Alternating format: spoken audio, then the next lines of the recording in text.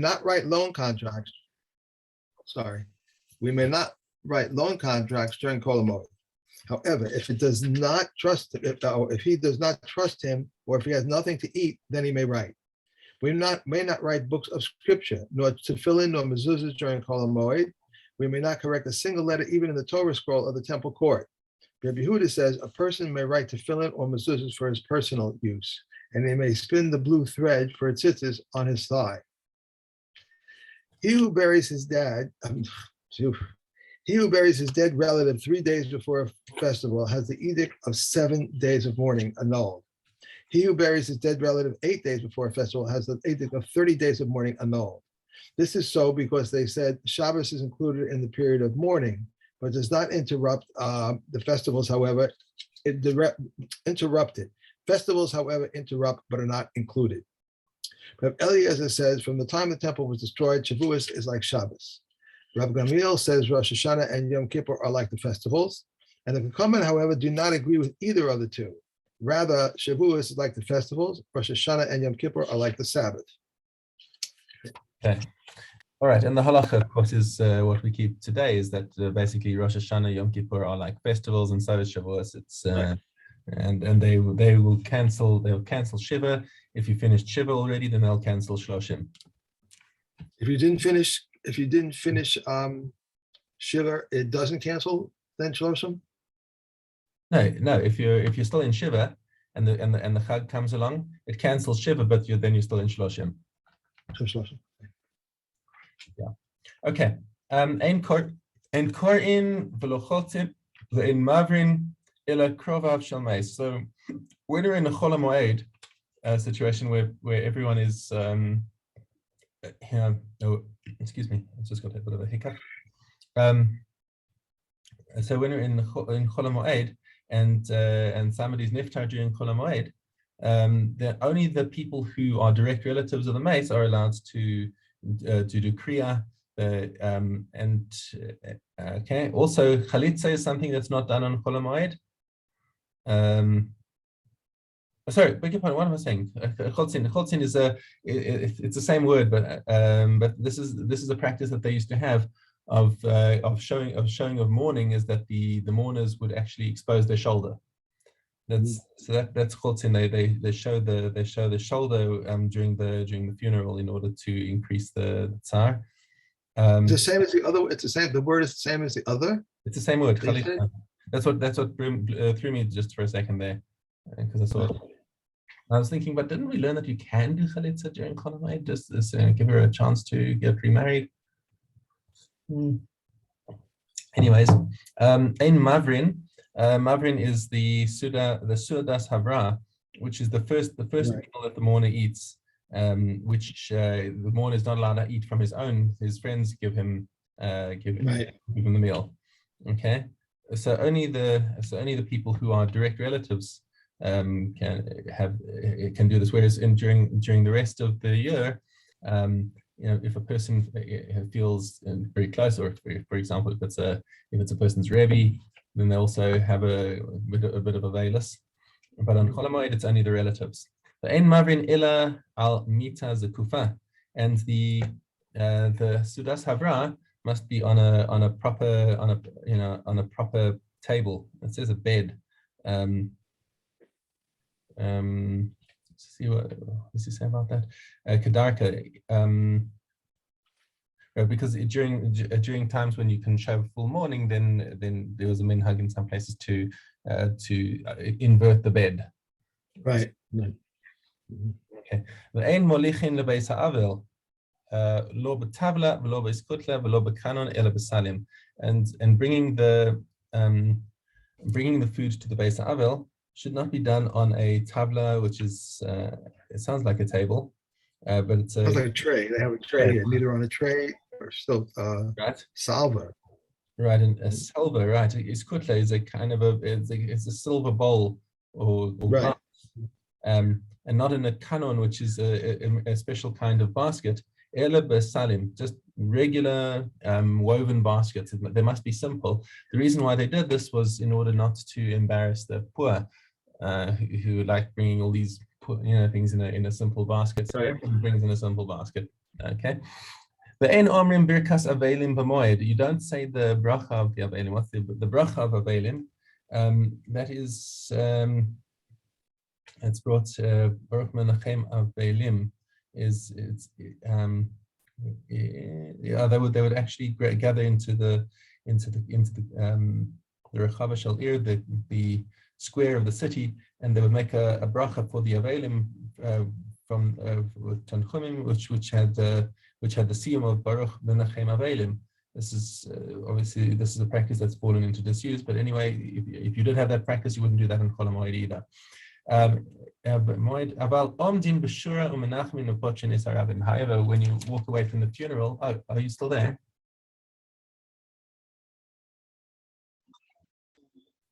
All right. So as I was, I don't know where I lost you. I'm now tethered to my phone because I can't depend on.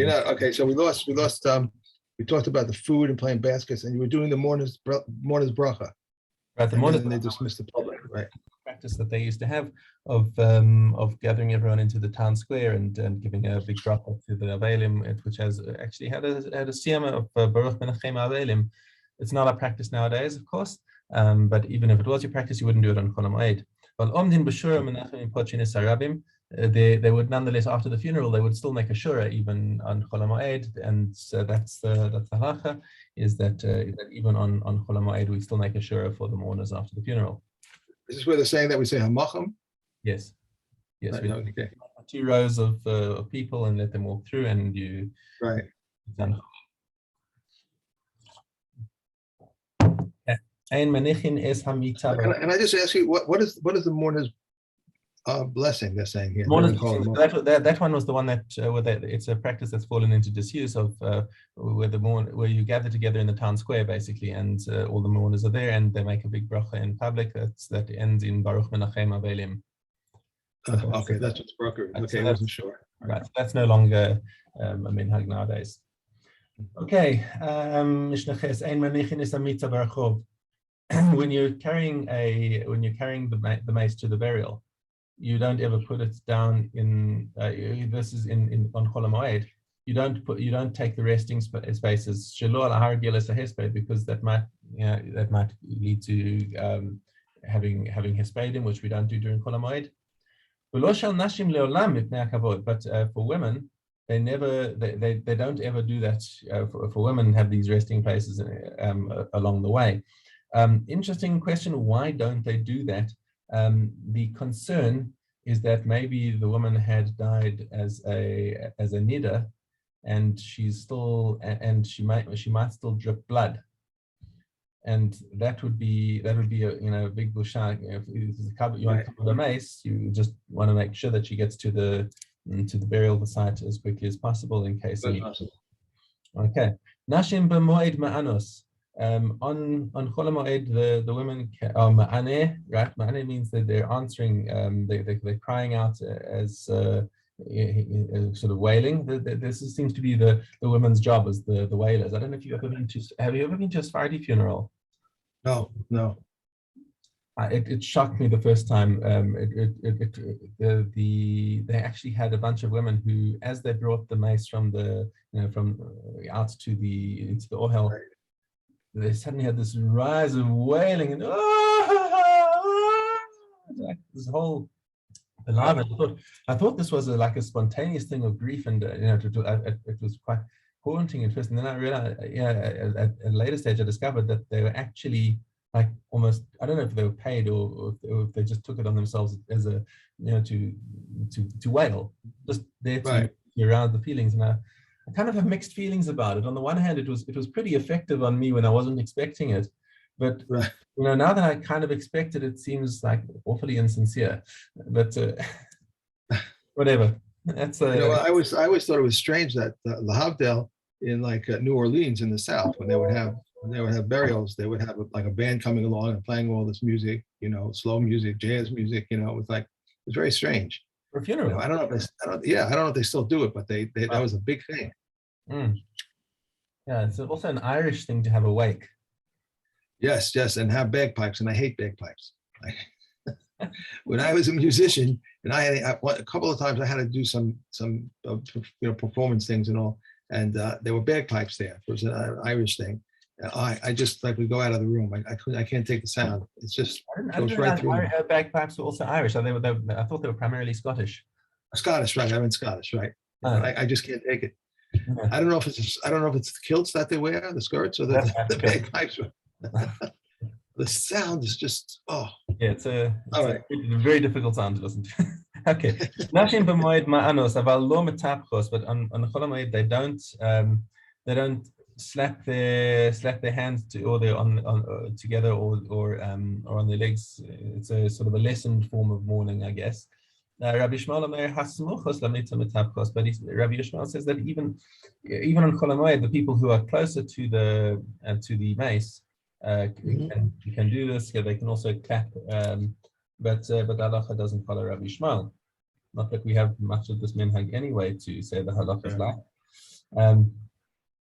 Mishna tes, Rosh Chodashim, b'Chanukah v'Purim. So in Rosh Chodesh Chanukah and Purim, ma'anos u'metachos. So these are of a lesser sanctity than Chol Moed. And therefore, if there's a funeral on one of these days, then the women are allowed to both wail and clap their hands. Okay, b'zeh lo mekonanos. However, they don't do what's called kina. Okay, so there's a difference between ania and kina, and we're going to see the subtle difference between the two of them. That'll come later in the Mishnah. Nikbar hameis, but once the mace has been buried already, lo ma'anas v'lo matapchos, then they stop the wailing and they stop the clapping. It's done, and this is the practice on Chol Moed that we minimize. Well, not even Chol Moed, also on Rosh Chodashim. And Chanukah and Purim also we minimize these things. Ezehu inoi. Okay, so what is this inoi? This when we say that they are allowed to do this ania on Chol Moed, but they're not allowed to do the kina. Shekulan onos ka'achas, when they all answer as one, when they're all calling a sort of crying the mazikina. Okay, she'achas medaberes v'chulan onos acharia, where it's a responsive thing. One calls out and the others answer her. So we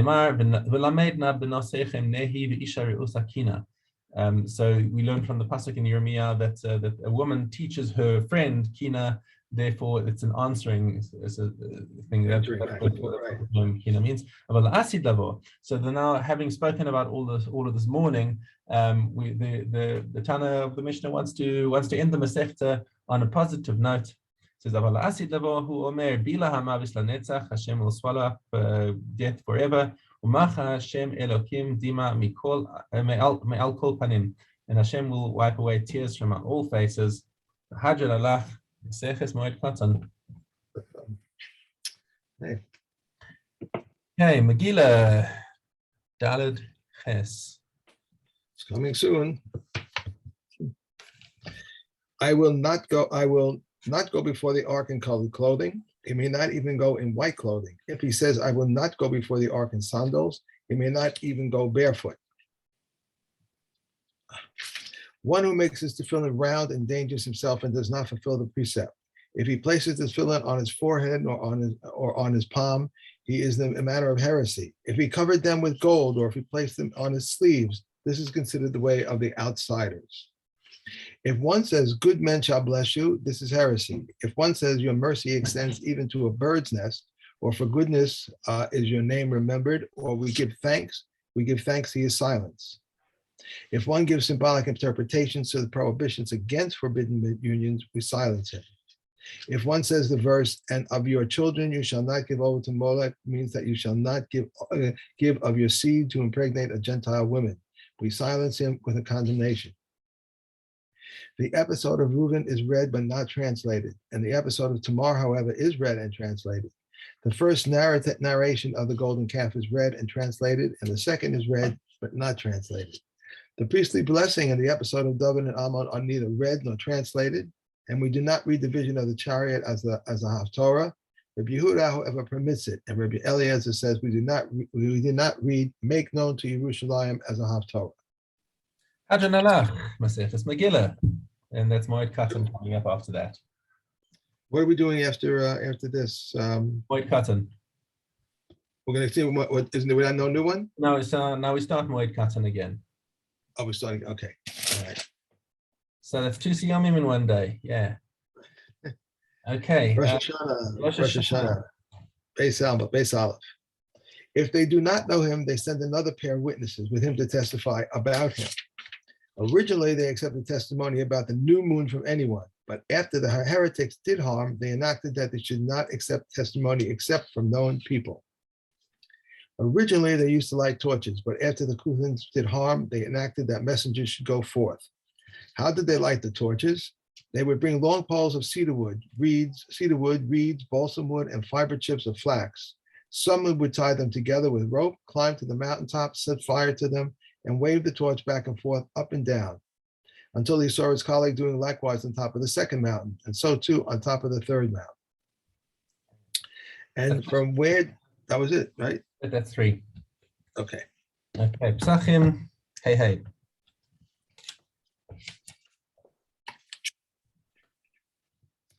Pesach offering was slaughtered in 3 groups, for it is written, and the whole assembly of the congregation of Israel shall slaughter it. This verse mentions assembly, congregation, and Israel. The first group entered, and when the temple courtyard was filled, they closed the gates of the temple courtyard and sounded the tekiah teruah, and again a tekiah.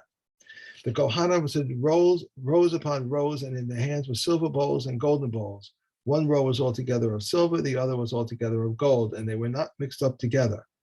Nor did the bowls have bases, lest they set them down and the blood congeal. Yisrael slaughtered it, and the Kohen received it, and he would hand it to his fellow, and he to his fellow, and he would accept the full one and return the empty one. And the Kohen nearest the altar would throw it with one toss upon the opposite the base.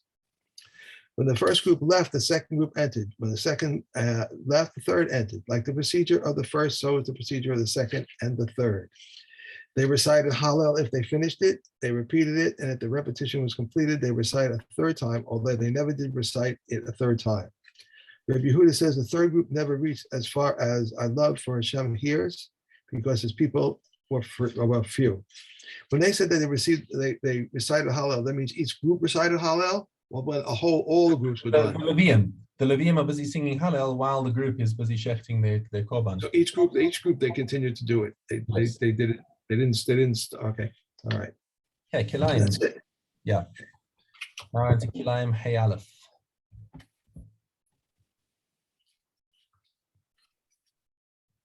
A vineyard that has been laid waste. If 10 vines can be harvested with one beitzah, and they are planted according to the law, it is called a poor vineyard. If a vineyard has been planted in a regular layout, if there are 2 opposite 3, there is a vineyard. But if not, it is not a vineyard. Rameir says since it has the appearance of vineyards, it is a vineyard. A vineyard which is planted less than 4 amos apart. Reb Shimon says it is not a vineyard, but the Chachamim say it is a vineyard, and the middle one is a ditch 10 deep and 4 wide, which crosses a vineyard. Reb Eliezer ben Yaakov says if it transverses the vineyard from the beginning to end, then it has the appearance of lying between 2 vineyards, and one may sow in it.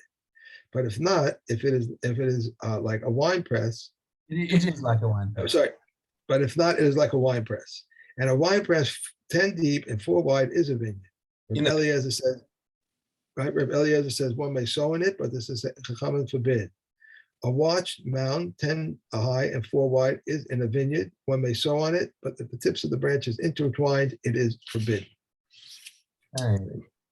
Kalim Tes Zayin Ches.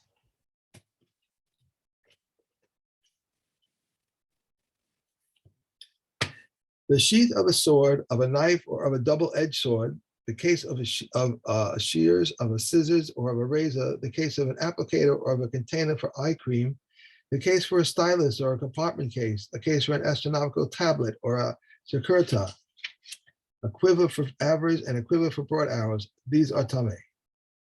Regarding the case of a symphonia, when one puts the symphonia into the case from on top, the case is tameh. When he inserts it from the bottom, it is tahor. Regarding a case of flutes, Rabbi Yehuda rules a tahor because it inserts it from its side. And the cover of a mace, a bow, or a spear, these are tahor. This is the general rule. That which is made to serve as a casing is tameh, but that which is made to serve as a cover is tahor. The means of all householders' utensils to lose their tumah is a hole the size of pomegranates. Rav Eliezer says the measure depends on what they are. The measures of gardener's basket is a hole the size of hundreds of vegetables. The measure of baskets of householders is a hole the size of bundles of straw. The measure of baskets of bathhouse attendants is a hole the size of bundles of thin straw. And Rabbi Yehuda says the measure of all these utensils is a hole the size of pomegranates. The measure of a skin bottle to lose its tumah is a hole the size of balls of warp thread. Although it cannot hold balls of warp thread, nonetheless, since it can hold balls of weft thread, it is tameh. Concerning a dish holder, although it cannot hold dishes, nonetheless, since it can hold platters, it is tameh. Concerning a chamber pot, although it can no longer hold liquids, nonetheless, since it can still hold excrement, it is still tameh. And Rabbi Gamliel rules it tahar, since people do not keep it. Okay. And Sanhedrin Zayin Gimel.